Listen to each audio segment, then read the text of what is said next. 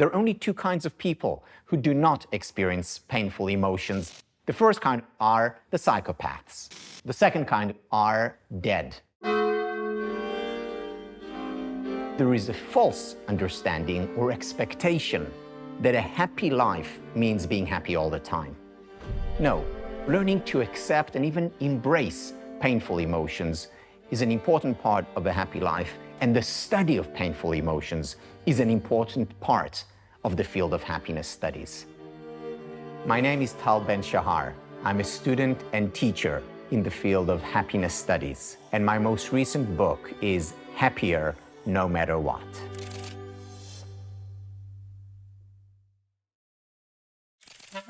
There is a very important concept that was introduced by Nassim Taleb, and that is anti-fragility.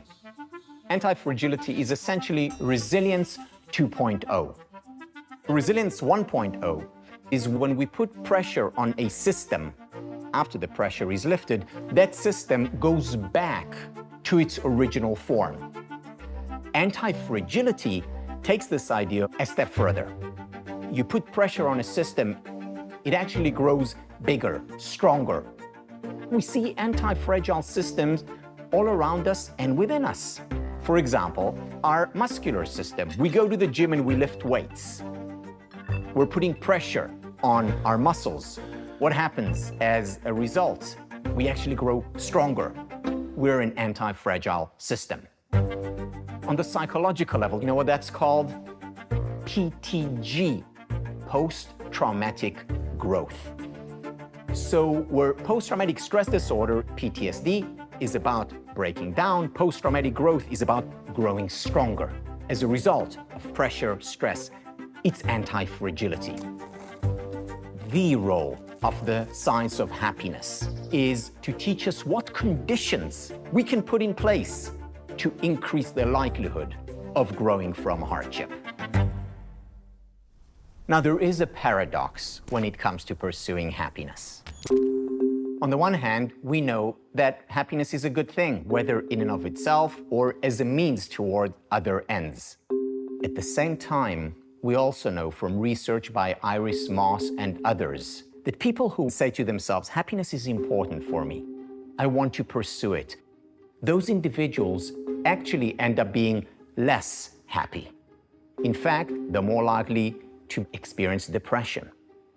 So the paradox is that on the one hand, happiness is clearly a good thing.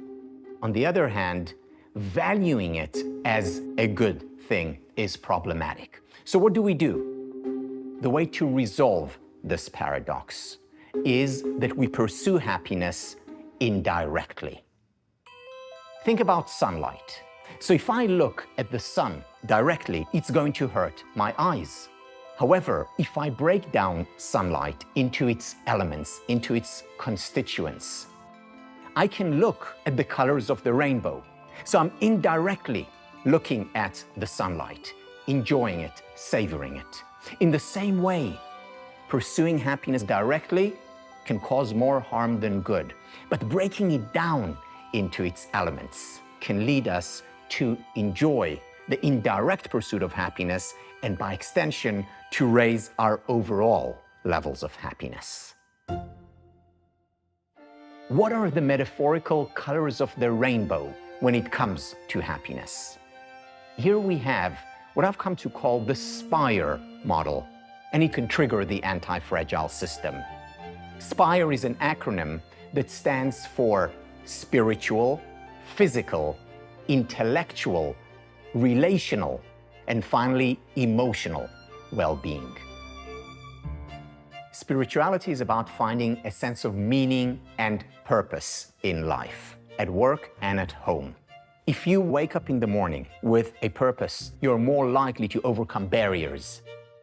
When it comes to physical well-being, the most important idea to look at is stress, the silent killer. In the United States, more than half of the employees do not use up their vacation time. And even those that do, close to half are still tethered to their work.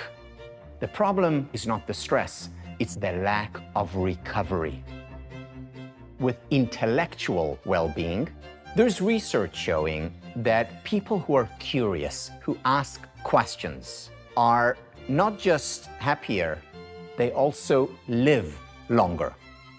Another important element is not just asking questions, it's deeply engaging with material. It can be text, a work of art, even nature. Relational well-being is very important. The number one predictor of happiness is quality time we spend with people we care about and who care about us. And it turns out the number one condition that we can put in place to increase the likelihood of anti-fragility, of growing through hardship, is the quality of our relationships. Finally, emotional well-being. So embracing painful emotions is critical, but how do we then cultivate pleasurable ones? Specifically, the emotion of gratitude. Cicero talked about gratitude as the mother of all virtues. When we appreciate the good in our life, we have more of it. So happiness is much more than pleasure. Happiness is whole being. These 5 elements together create that sunlight, happiness. I don't think there is a point before which one is unhappy, after which one is happy. Rather, happiness resides on a continuum. It's a lifelong journey. And knowing that, we can have realistic rather than unrealistic expectations about what is possible. I do not think that things necessarily happen for the best. However, we can learn to make the best of things that happen. Get smarter faster with videos from the world's biggest thinkers. To learn even more from the world's biggest thinkers, get Big Think Plus for your business.